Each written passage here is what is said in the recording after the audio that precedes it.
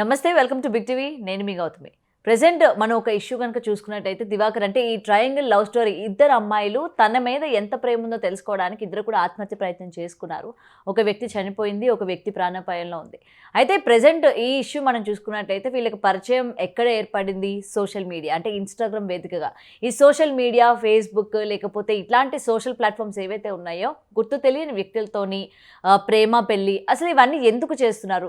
అసలు తెలిసిన వ్యక్తుల్ని నమ్మడానికే ఈ మధ్య కాలంలోని లేదు. అలాంటి తెలియని వ్యక్తుల్ని ఎలా నమ్ముతున్నారు? అది పెళ్లి వరకు ఎలా వెళ్తున్నారు? సో వీటి గురించి మాట్లాడితే ఇవాళ మనతో పాటు సోషల్ యాక్టివిస్ట్ మనోజ్ నామాల గారు ఉన్నారు. మరిన్ని విషయాలు తెలుసుకునే ప్రయత్నం చేద్దాం. మ్యామ్ నమస్తే అండి. నమస్తే. సోషల్ మీడియా నిజంగా అంటే పరిచయం లేని వ్యక్తుల్ని కొత్తగా పరిచయం చేస్తుంది. అక్కడ వరకు అయితే ఓకే. బట్ ఏంటంటే అది ప్రేమ, పెళ్లి దాకే వెళ్ళిపోతుంది. అంటే ఆ వ్యక్తి ఎలాంటి వాడు, ఏంటి అంటే పెద్దలు చూసి అటు 7 తరాలు, ఇటు 7 తరాలు చూసిన వ్యక్తిని నమ్మట్లేదు కానీ ఏమో ముక్కు మొహం తెలియని వ్యక్తిని నమ్ముతున్నారు, ప్రేమిస్తున్నారు, తన కోసం వెళ్ళిపోతున్నారు, పెళ్ళిళ్ళు చేసుకుంటున్నారు. ప్రజెంట్ సేమ్ ఇష్యూయే. ఈ ఇద్దరు అమ్మాయిలు కూడా ఒక వ్యక్తిని ప్రేమించడం, తన మీద ఎంత ప్రేమ ఉందో తెలుసుకోవడానికి వీళ్ళిద్దరూ విషం తాగడం. సో అసలు ఈ సోషల్ మీడియా గురించి ఏం చెప్తారు మేడం? ఇలాగా గుర్తు తెలియని వ్యక్తులతో చాట్ చేయడం కావచ్చు, లేకపోతే ప్రేమ, పెళ్ళి అని చెప్పి మొత్తం ఈ వ్యవస్థని ఏ విధంగా చూస్తారు? మీరేం చెప్తారు అసలు? ఈ దివాకర్ అనేటువంటి అబ్బాయి ఇద్దరు అమ్మాయిని లైన్లో పెట్టాడు. ఓన్లీ ఈ ఫేస్బుక్ ఏదో ఉంది కదమ్మా, దాని ద్వారా ఇన్స్టా ద్వారా ఇద్దరిని లైన్లో పెట్టాడు. ఇద్దరితో కూడా రిలేషన్షిప్ మెయింటైన్ చేశాడు. చివరికి ఇద్దరు వచ్చి మమ్మల్ని పెళ్లి చేసుకోండి, మమ్మల్ని పెళ్లి చేసుకో. వాడికి ఎంత బంపర్ ఆఫరో చూడు. ఇటు పక్క ఆమె, ఇటు పక్క ఈమె. నన్ను పెళ్లి చేసుకుంటే నన్ను పెళ్లి చేసుకో. వాడు ఎవరిని పెళ్లి చేసుకోవడానికి అర్థం కాల. ఇదేదో బాగుంది, ఇద్దరు పోటీ పడుతున్నారు, ఇద్దరిని వదిలేసి నేను మూడో వాళ్ళని ఎవరైనా చేసుకుంటే ఎంత బాగుంటుందని చెప్పి వాడేం చేశాడు, నేను ఎవరిని చేసుకోనని చెప్పి వెళ్ళిపోయినాడు. అంటే ఏంది, వాళ్ళిద్దరితో వాడు అవసరాలు తీరిపోయినాయి కాబట్టి వేరే వాళ్ళని చేసుకుంటానని చెప్పి వాడు వెళ్ళిపోయినాడు. వీళ్ళిద్దరిలో ఒక అమ్మాయి బాగా విపరీతంగా ప్రేమించినట్టుంది. ఇద్దరు మందు తాగేశారు. ఇద్దరు మందు తాగితే ఒక అమ్మాయి ఏంది, నాకు ఆయన అంటే చాలా ఇష్టమని ఈమె, నీది ప్రేమ ఏంది, నాది చూడు అసలు, నా ప్రేమ చూడు ఎంత భయంకరంగా ఉంటుందో, నాదే ఎక్కువ ప్రేమ ఉంది, నాకే ఎక్కువ ఇష్టం దివాకర్ అని చెప్పి ఈమె తాగింది. ఇద్దరు కలిసి మందు తాగేసరికి ఏమైంది, ఒక ఆమె మాత్రం చచ్చిపోయింది, ఒక అమ్మాయి మాత్రం బతికుంది. ఎంత దారుణం అసలు. ఎవరో అన్నోన్ పర్సను వాడు ఒక ఇన్స్టాలో పరిచయం అవడము, చిన్నప్పటి నుంచి పెంచిన తల్లిదండ్రులు, 20 ఏళ్ళు పెంచిన కళ్ళ తల్లిదండ్రులు, లేకపోతే అన్నదమ్ములు, అక్కచెల్లెలను వదిలేసేసి ఒక పనికిమాలిన అడ్డమైనటువంటి వెధవ కోసము ప్రేమతో మాయ మాటలు వాడేం చెప్పాడో వీళ్ళకి, ఎన్ని అబద్ధాలు, ఎన్ని మాయ మాటలు చెప్పుంటాడు. వాడు ముఖం చూస్తేనే వాడు అసలు ప్రేమించే మనసు వాడికి ఉందా, అసలు వీడైనా వీళ్ళ ప్రేమించింది, అసలు వీడైనా ఇన్ని వేషాలు వేసిందని అనిపిస్తుంది. రకరకాల డీపీలు పెట్టి, అంటే వాడు కూడా మార్ఫింగ్ చేసుకున్నాడేమో ఫోటోలు, రకరకాల డీపీలు పెట్టి అమ్మాయిని అటాక్ చేయడానికి వీడెన్ని ఏదో వేషాలు వేశాడు. ఈ పిల్లలు ఇద్దరు వాడి మాయలో పడిపోయినారు. మాయ కాదు, ఒళ్ళు కొవ్వెక్కి పొగరు. తల్లిదండ్రులు అంటే గౌరవం లేదు, తల్లిదండ్రులు అంటే ప్రేమ లేదు. చిన్నప్పటి నుంచి మా అమ్మ మా నాన్న నన్ను ఇంత పెంచారు, ఇంత పెద్ద చేశారు. మా అన్నదమ్ములు ఉన్నారు, లేకపోతే అక్కచెల్లెలు ఎవరో ఒకళ్ళు ఉండుంటారు కదా ఇంట్లో. ఒక అమ్మాయికి కప్పిన ఒక అమ్మాయికి అన్నదమ్ములు, అక్కచెల్లెలు ఉంటారు కదా. వాళ్ళందరినీ వదిలేసి ఒక పనికిమాలిన అడ్డగాడిద కోసము ఇద్దరు పోటీలు పడి సినిమాల్లో చూసి ఆ ప్రభావం కూడా వీళ్ళ మీద ఉంది. చచ్చిపోవడానికి ప్రయత్నం చేసి ఒక అమ్మాయి చనిపోయింది. ఎంత నరకం అండి. ఆ తల్లిదండ్రులకి ఎంత వేదన, అమ్మాయి చనిపోవడం అనేది ఎంత దుఃఖకరమైన విషయం. ఒక నిండు ప్రాణాన్ని ఒక గాడిద కోసం, ఒక పనికిమాలినటువంటి కుక్క కోసము ప్రాణాలు పోగొట్టుకోవడం అనేది ఎంత ఎంత బాధాకరమైన విషయం. ఇంకొక అమ్మాయి ప్రాణాలతో కొట్టుమిట్టాడుతుంది. అవసరమా?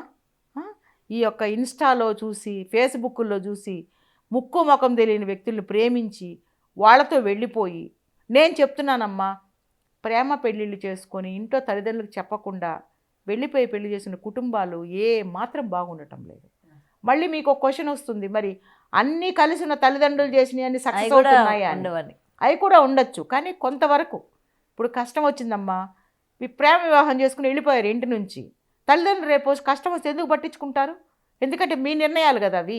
మీరు ఎక్కడో ఫేస్బుక్లో చూసి, ఇన్స్టాల్లో చూసి, లేకపోతే సెల్ ఫోన్లో నెంబర్లు తీసుకొని ఫోన్లు చేసుకొని ప్రేమించుకుని పెళ్ళిళ్ళు చేసుకున్న పెళ్ళిళ్ళకి తల్లిదండ్రులకి ఏం బాధ్యత ఉంటుంది? అదే తల్లిదండ్రులు చేశారనుకోండి, కొంతవరకు బాధ్యత తీసుకుంటారు. కష్టం వచ్చినా కూడా రామ్మ కూర్చో, మనం మాట్లాడుకుందాం, అబ్బాయిని పిలుద్దాం, అమ్మాయిని పిలుద్దాం, కూర్చొని మాట్లాడుకుని సెటిల్ చేసుకుందామని ఒక ఆలోచన ఉంటుంది. మీరు ఈ విధమైన నిర్ణయాలు తీసుకుని గాడిదల్లాగా రోడ్ల మీద పడి వాళ్ళతో తిరిగి వాడి కోసం సూసైడ్లు చేసుకొని, లేకపోతే వాడిని పెళ్లి చేసుకొని మీరు వెళ్ళిపోతే తల్లిదండ్రులకి ఎంత మానసిక క్షోభ ఉంటుంది. 20 సంవత్సరాలు తల్లి తండ్రులు పెంచారే, ఆ ప్రేమ ఒక్క నిమిషం కూడా గుర్తురాదా? పెళ్లి చేసుకోవాలమ్మా, ప్రేమించాలి. ఒక మెచ్యూరిటీ వచ్చిన తర్వాత నీకు మగవాడి పట్ల ఒక అవగాహన, ఇతను రైట్ పర్సన్ నా కుటుంబాన్ని అనుకున్నప్పుడు, నీకు నచ్చినప్పుడు, నీకు ఇష్టమైన వాళ్ళతో, నీకు బాగా క్లోజ్గా ఉన్న తల్లితో కానీ తండ్రితో కానీ అన్నదమ్ముడు కానీ అక్క చెల్లెలతో కానీ చెప్పి, ఇదిగో అమ్మ నాకు ఇలా పలానా అబ్బాయి అంటే ఇష్టం ఉంది, లేకపోతే నాకు పలానా అమ్మాయి అంటే ఇష్టం ఉంది, మేము మా ఇద్దరి భావాలు కలుస్తున్నాయి, మేమిద్దరం ఇట్లా పరిచయం అయ్యాము, అడ్డగాడిదలాగా మేము బయట ఏం తిరగలేదు, మంచిగానే ఉన్నాం, బుద్ధిమంతులం మేము, మాకు పెళ్లి చేసి పెట్టండి అంటే ఏ తల్లిదండ్రులు కాదంటారమ్మా? అది వాళ్ళకి తెలియకుండా అందరికీ తెలిసిపోయి నా చివరిలో తెలిసే తల్లిదండ్రులకి మొత్తం ప్రపంచమంతా తెలిసిపోయి ఉంటుంది. వీళ్ళు ఎక్కడెక్కడ తిరుగుతున్నారు, ఏ హోటల్కి వెళ్తున్నారు, ఎక్కడ తిరిగితే ఎక్కడ హోటల్, ఎక్కడ తింటున్నారు, ఎక్కడ మాట్లాడుకుంటున్నారు, ఎక్కడ కబుర్లు ఆడుకుంటున్నారు, ఏ సినిమాకి వెళ్తున్నారని అందరికీ తెలుస్తుంది. చివరిలో తల్లిదండ్రులకు తెలుస్తుంది. అంత దౌర్భాగ్యం ఎందుకు? నీ అంతటి నువ్వే చెప్తే సరిపోలా? నీ మెచ్యూరిటీ వచ్చినప్పుడు నేను అంటుంది, నువ్వు 16 ఏళ్ళకే పారిపోయి పెళ్లి చేసుకుంటానంటే అది తప్పు. నీకు ఒక మెచ్యూరిటీ వచ్చినాక, నువ్వు అవగాహన వచ్చిన తర్వాత నువ్వు చెప్తే ఏ తల్లిదండ్రులు కూడా ఎట్టి పరిస్థితుల్లో కాదనరు. ఎందుకంటే బిడ్డల సంతోషాన్ని కోరుకునే తల్లిదండ్రులు ఎప్పుడు కూడా బిడ్డల మాటను కాదనరు.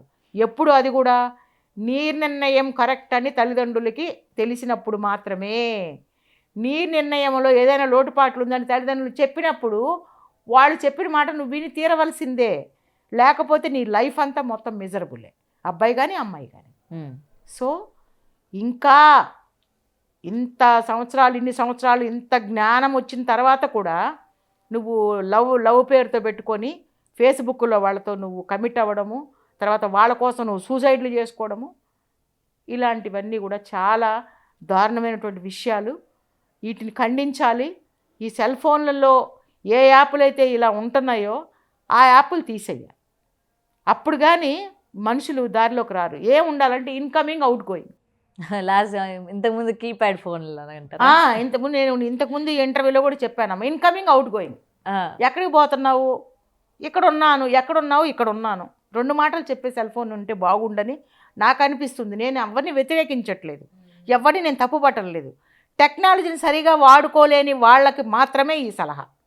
టెక్నాలజీ తెలిసి మంచి నాలెడ్జ్ ఉండి ఈ దరిద్రాలు ఈ ఉక్కిష్టాలు ఏమున్నా కూడా పర్వాలేదు, నేను చూసి తట్టుకోగలుగుతాను, వీయన్ని ప్రభావం నా మీద ఏమాత్రం ఉండదు, నేను తెలివిగలవాడిని లేకపోతే నేను తెలివిగల దాన్ని అనుకున్న వాళ్ళలో సెల్ ఫోన్ ఉంటే తప్పు లేదమ్మా.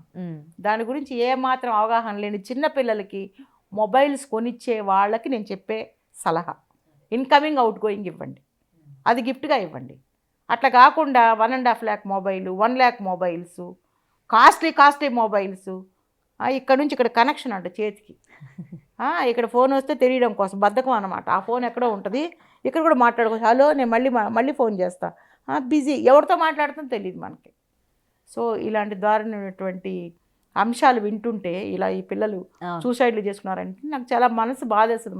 ముఖ్యంగా ఆడపిల్లలు ఇలా చనిపోతున్నారంటే నాకు చాలా మనసు కష్టం వేస్తుంది. ఎందుకు వీళ్ళు ఇలా తయారవుతున్నారు? ఎందుకు వీళ్ళు ఇలా అడిక్ట్ అవుతున్నారు? ఎక్కడ లోపం వస్తుంది? తల్లిదండ్రులు కూడా సరిగా పిల్లల్ని పట్టించుకోవటం లేదా? వాళ్ళ మీద అటెన్షన్ ఇవ్వలేకపోతున్నారా? వాళ్ళు తప్పుదారులు పడడానికి తల్లిదండ్రులు కూడా ఒక రకంగా కారకులేనా అని నాకు అనిపిస్తుంది. సో అంటే మేడం, ఇప్పుడు ఈ ఇన్సిడెంట్ అనే కాదు కానీ బేసిక్గా ఈ సోషల్ మీడియా ఏదైతే ఉందో, పిల్లలందరూ కూడా ముఖ్యంగా ఇటు తెలియని వ్యక్తులకి మనం రోజు చూస్తూ ఉన్నాం, పోలీసులు కావచ్చు లేకపోతే జరుగుతున్న సన్నివేశాలు కావచ్చు, హెచ్చరిస్తూనే ఉన్నారు అసలు తెలియని వ్యక్తులతో మాట్లాడొద్దు, తెలియని వ్యక్తులతో చాటింగ్లు చేయొద్దు అని చెప్తున్నా సరే, మెయిన్ అట్రాక్ట్ అవ్వడానికి రీజన్స్ ఏమై ఉండొచ్చు అంటే క్యూరియాసిటీ. ఏదైనా ఫోన్ వచ్చిందనుకో, మీరు అన్నారు కదా ఇందాక, ఏ ఫోన్లో వచ్చినా జాగ్రత్త లేదు, క్యూరియాసిటీ. అవతలవాడు ఎవడు మాట్లాడుతున్నాడు, నా గురించి ఏం చెప్తాడో, హలో అంటే ఒకసారి విందాం, వాడు గొంతు ఎంత బాగుంటుందో, వాడు నా గురించి ఏమైనా పొగుడుతాడా, నువ్వు దేవత అనగానే ఎవరు మీరు, ఎవరు మాట్లాడుతున్నారు తెలుసుకోవడం. వాడి పేరు అందరికన్నా ముందు వీళ్ళే అడుగుతారు, నీ పేరేంటి అని. వాళ్ళు అడగడు ముందు వీడిని, ఫోన్ చేశాడు కదా, ఇది చెప్పదు ఎవరు మాట్లాడుతున్నారు, ముందు వాడిని అడుగుద్ది. క్యూరియాసిటీ. తన గురించి ఎవరో పొగడాలి, తను ఎవరో హైప్ చేయాలి. ఎవరిని వాళ్ళు గౌరవించటము, ప్రేమించుకోవడం మానేసి ఎదుటి వాళ్ళ ప్రేమ కోసము తాపత్రయపడడం వల్ల వచ్చేటువంటి ఇబ్బందులు ఇవి. మనల్ని మనం ఫస్ట్ ప్రేమించుకోవాలమ్మా. ఎవరిలో మనల్ని ఎందుకు ప్రేమించాలని మనం కోరుకోవాలి? వద్దలాగా మనల్ని మనం ప్రేమించుకోవాలి. అది లేదు పిల్లలకి. ఎప్పుడు ఐడెంటిటీ, గుర్తింపు, 10 మందిలో గుర్తింపు కావాలి. ఆ 10 మందిలో గుర్తింపులు 9 మంది మగపిల్లలు ఉండాలి.